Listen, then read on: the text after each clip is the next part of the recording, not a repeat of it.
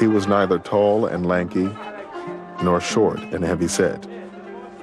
When he looked at someone, he looked them in the eyes.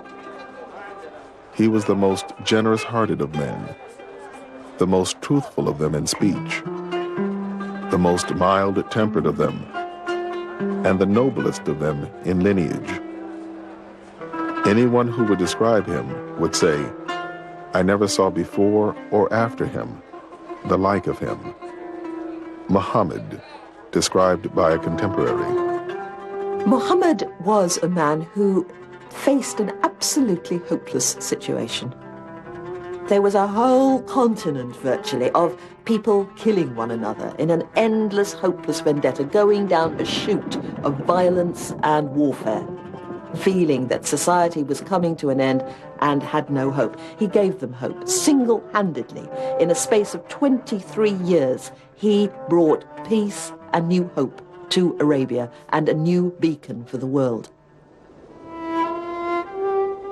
Islam, the religion Muhammad first brought to Arabia, now claims 1.2 billion followers around the world.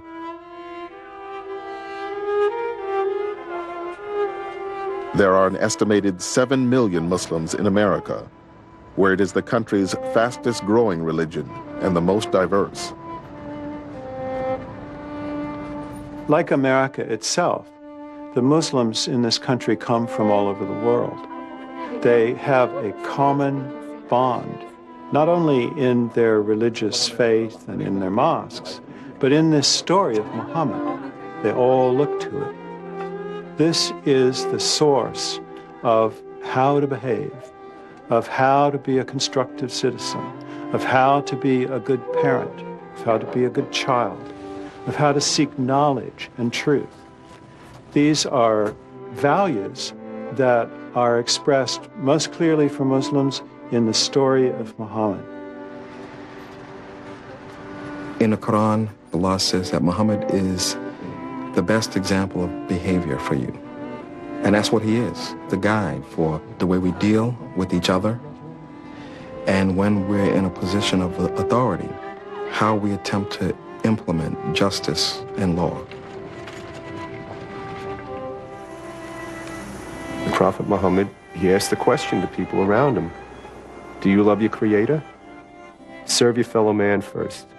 What does that tell you? It tells you, forget about all this intellectual, yeah, I love God and this and that. If you're gonna, forget about talking the talk, walk the walk. You want to serve God, serve people. What more noble way to serve people than to risk your own life to save them?